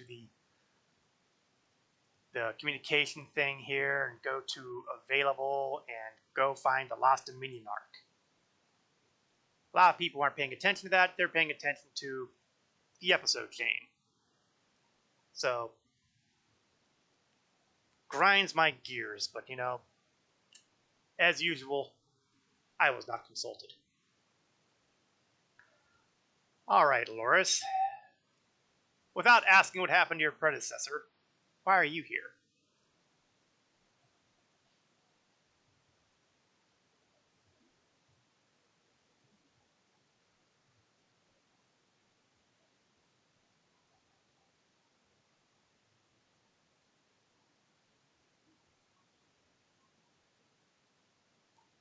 The point, Loris. What's the point? Dun dun dun. Yes, this was a big moment when this episode was first released. That kind of gave you an idea of big things ahead, and they weren't kidding.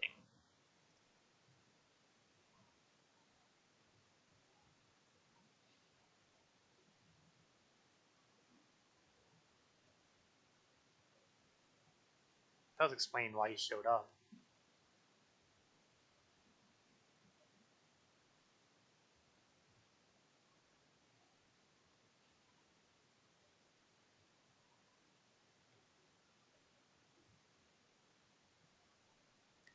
Ooh, I'm pretty certain of that. In the meantime, I think they need to do a little bit of repair work on DS9. That'll buff right out.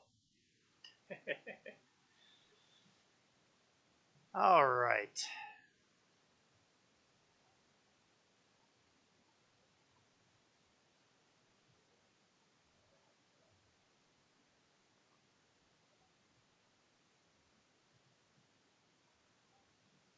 A mystery.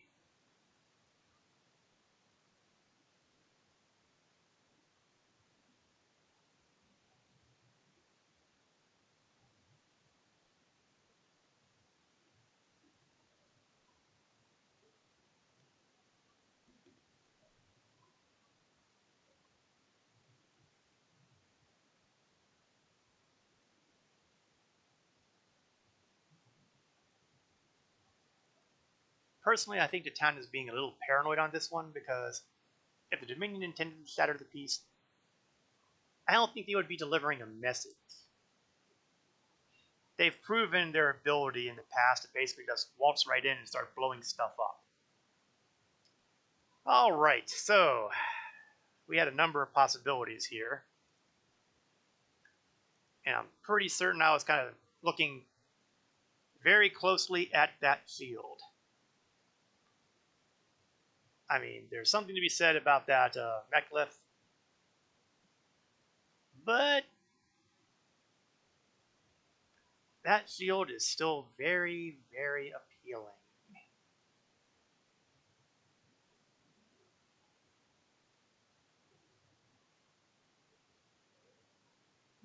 You know what? I'm sticking with my shield right now, and the reason for that is better regen. I think I need something that can recharge. Well, then again, I'm not exactly a cruiser, am I? Cruisers are more likely to be able to take advantage of that kind of thing. But of course, ah, this is why I'm no build master. We'll do it. Sadly, I did not make the Tier 5 Starship Mastery tonight. So close. Let's get that shield attached.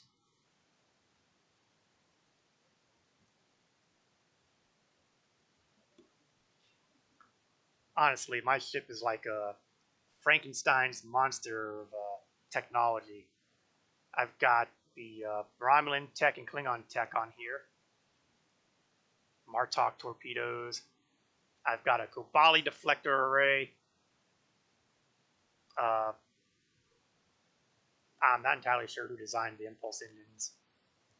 Got Bajor's warp core and shields. I've got consoles all over the place.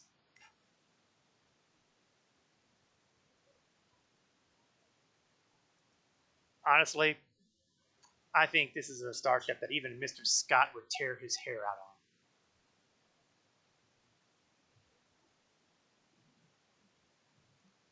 Okay, well, you know what?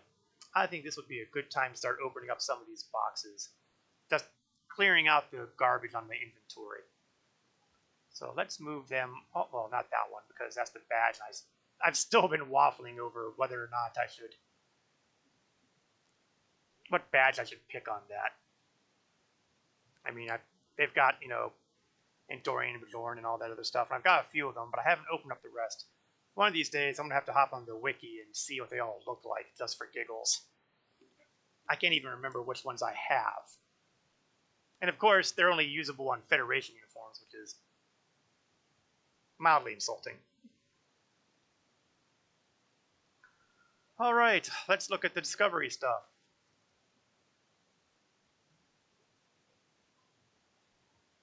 Well, got a couple consoles, actually. I'm kind of surprised by that. I learn something new every day, huh? Let's move these back over here. That said, I don't know how I'm going to use any of them, but it's certainly a different tack than I usually see. Usually you get the hand weapons. New Romulus, for example.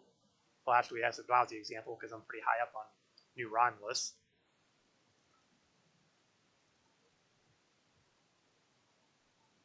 I may or may not be able to take advantage of some of those weapons. I'll have to take a look at my ship again. Temporal Initiative. Lots of chronotons.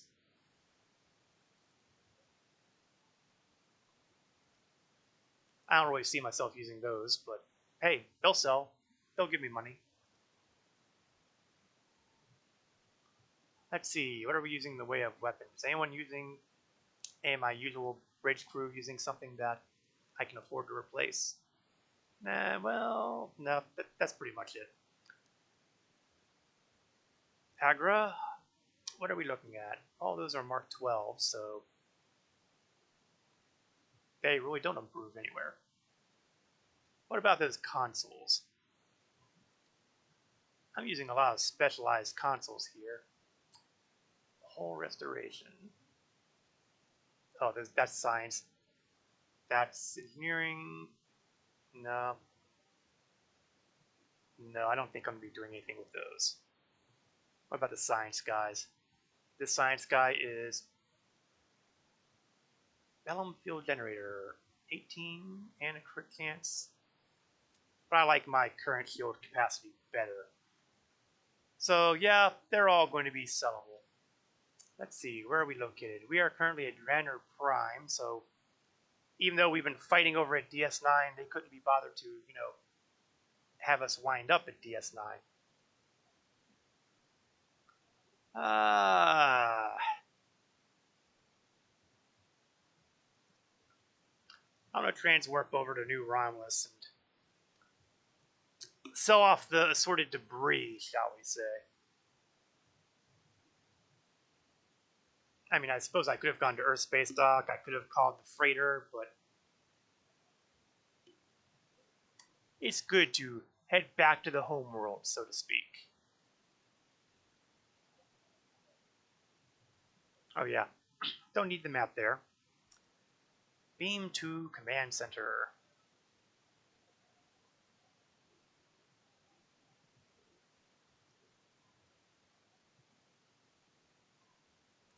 Now, as I recall correctly, vendor should be...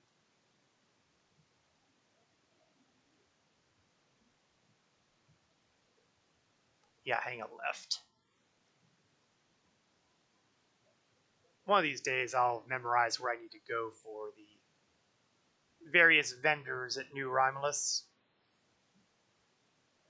You would think I would be better off at it by now, having been here a zillion times, but what can I say? I'm old. I forget things. Go to the Cell tab and start going through. Everything that I open up from Reputation is bound to character, so there will be no problems. Just going through like a plague. Yeah. Get rid of that too. Bind on equip. Bind on equip. I can try to sell those off on... Actually, no, I don't actually. I think those are the ones I'd kept during my great exchange sell-off not long ago.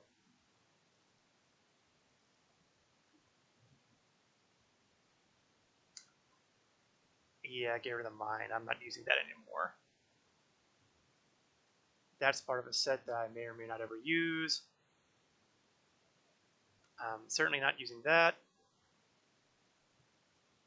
Keep that. And I think that's pretty much all that I want to sell off. The rest I'm going to start throwing into the bank. Oh, I still have this. Well, yeah, obviously I still have that.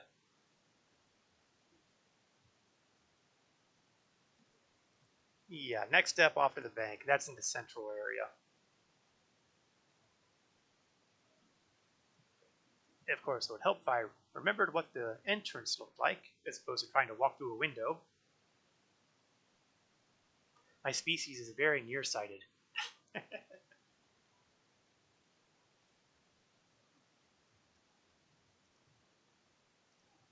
And bank. And as you can see, I've stuffed a whole bunch of stuff in here over time.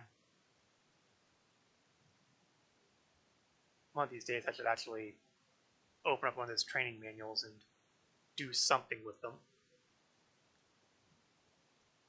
But today is not that day.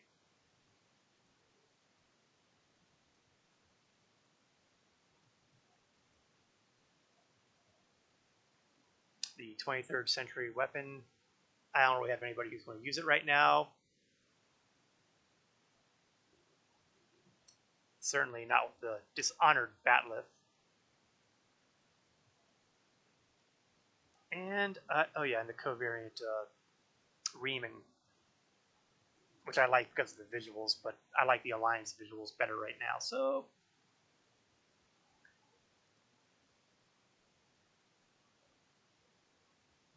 And that takes care of that. Man, looking at some of these things, blast from the past. Why am I still holding on to that module? I'll sell that off at some point.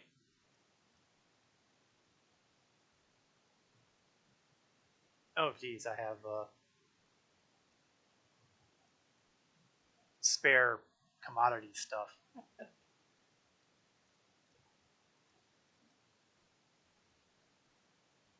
I think I need a little more contraband before I can actually sell those off to anybody.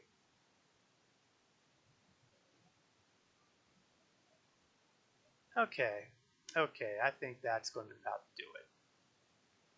We are approaching the 10 o'clock hour, and that's usually the big sign for the end of the stream. I'd like to thank everybody for watching. I hope you enjoyed the stream as much as I enjoyed doing the stream. I will be streaming again next Wednesday, 8 p.m. Eastern to approximately 10 p.m. Eastern. I usually would be announcing at this point that I also have a stream on Saturday for Star Citizen, but this Saturday is going to kind of be an off day for me. The real life work thing is going to get in the way. I'm going to be far too busy and very occupied pretty much all day Saturday. I may do a Star Citizen stream on Sunday. I don't know yet. Haven't made that call yet. We'll see what happens. But I'll definitely be here next Wednesday to begin the DS9 arc in Star Trek Online, where we get to deal with the Herc. And gee, kind of deja vu, because when I started streaming Star Trek Online, we were doing the DS9 arc because the character I randomly determined that I was going to use wound up being the Dominion. So we did that arc, and we'll do it again here with the Romulan Republic.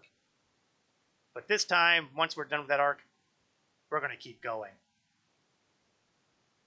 So until next time, again, thank you all very much. Whether you watched this live or watched it on video on demand, this is Korith Landwalker, signing off.